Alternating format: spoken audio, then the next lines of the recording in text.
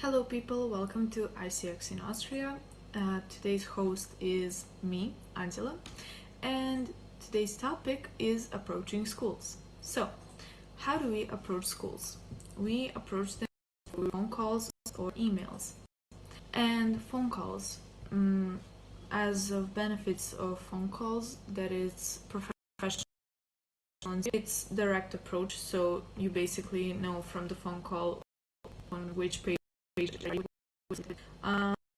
explain briefly about how change. Arranging a meeting is this call to action, and it's very important. It's the main goal of the phone call. The preparation for a phone call, as for everything else, is you need to write down everything you want to say, which means the phone call flow. Practice makes perfect, which you need to practice and do simulation with your team, your team leader, your VP, whoever it is. Maybe you don't know the person, but good to practice and to kind of try out calling different people just to kind of see if it works or not. Always cool you are calling and the person you want. So, say for example, you're calling some school and you know like whose number is it that you're calling. If not, then you need to ask like who is it, to kind of check who you're talking to and address the person with the name, which is also very professional. And don't give up, which I mean, people maybe won't pick up the first time, so just don't give up and call them. Give them a call tomorrow or the day after tomorrow, or maybe like even later that day, because they might pick up. And you can make a mistake, and it happens to everyone. The person on the phone most likely isn't even aware of it, so just ignore it and continue. You got this. Then during the call, be calm and professional. This is also and polite, very important, and they will notice if you are nervous, so just be calm. And it's the human being on the other side, so don't worry. Mention the partnerships with other schools, which kind of will make sure that they kind of trust us more. So yeah, be present and take notes. This is very important, because if they say something like, if they say for example, give you the date of the meeting, it's very good to have a pen and a paper to write it down, or maybe you type it in your calendar or something like that. Don't sell the project on the phone, and don't say the price on the phone. This is also very important, because the moment you start like talking about all these important information, they will try to get out the phone call and they won't listen to you. So they will try and finish it as soon as possible and refuse any type of partnership. So it's very good to leave it for the meeting.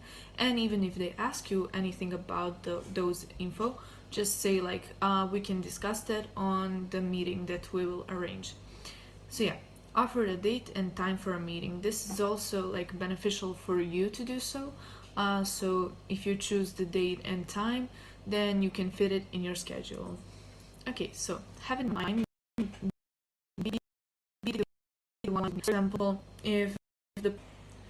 for example, if the person who you're calling is currently busy and they pick up and tell you like, hey, I'm busy now, you can just offer them to call them like in an hour or two, and if they agree, then call them back.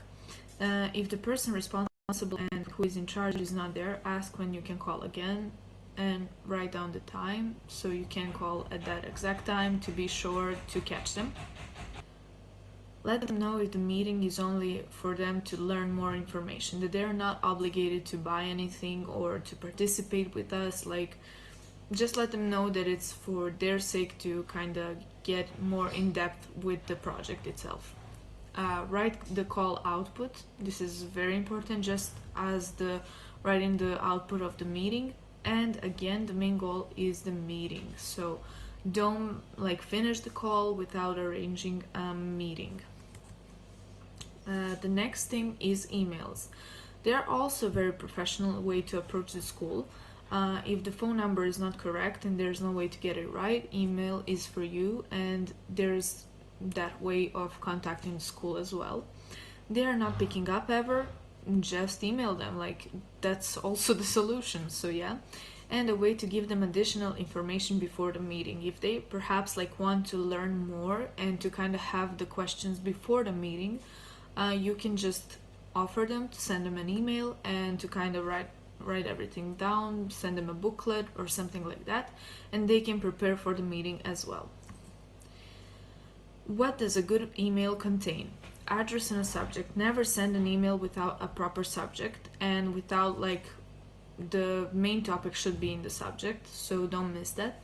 Clickbait the reader of your email. Kind of say something interesting, like put something that they would want to click on. That's the point, so they actually read your email. Highlight the important stuff. That's all. An email body. Introduce ISIC in just 2 or 3 sentences, don't go in depth. The next important thing is, why are you contacting them? Do we have any similarities? Just mention them and that's all. What can we offer them? Use visuals like pictures, logos, whatever. Don't be shy and bold some letters, like put some letters in cursive, change fonts, change the size of the letters, like do whatever and make it look pretty. And the last thing is a greeting, very important at the start and at the end. Use their names, like address them by their name. Use a professional and customized ISIC signature at the end. So to say, like if you're writing them an email, I don't know, say hello Richard or whoever you're contacting, and then at the end say, for example, best regards, or have a great day, have a great rest of the week, or if you're writing on Friday, have a great weekend, like something like that, you know, just have a, and it's polite and professional.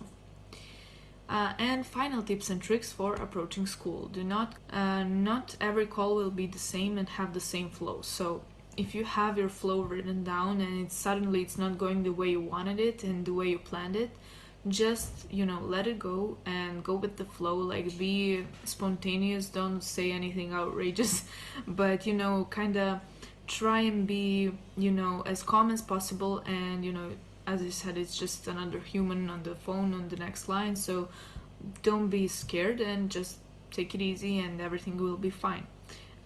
Be confident. Don't be afraid and play around with the design of the email. Use hyperlink, that's the email reference tips and tricks. You said that.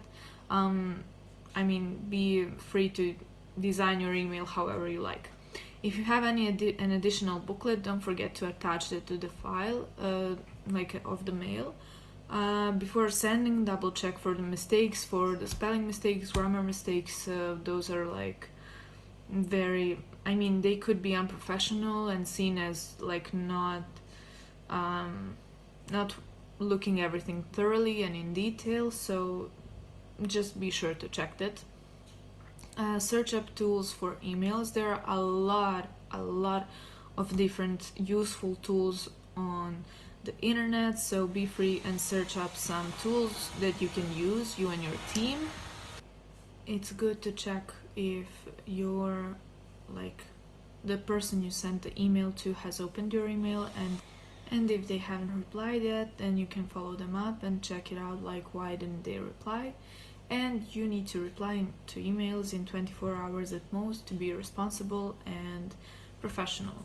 So that's all for today. There's one ICX in Austria, and love what you do. See you in the next one.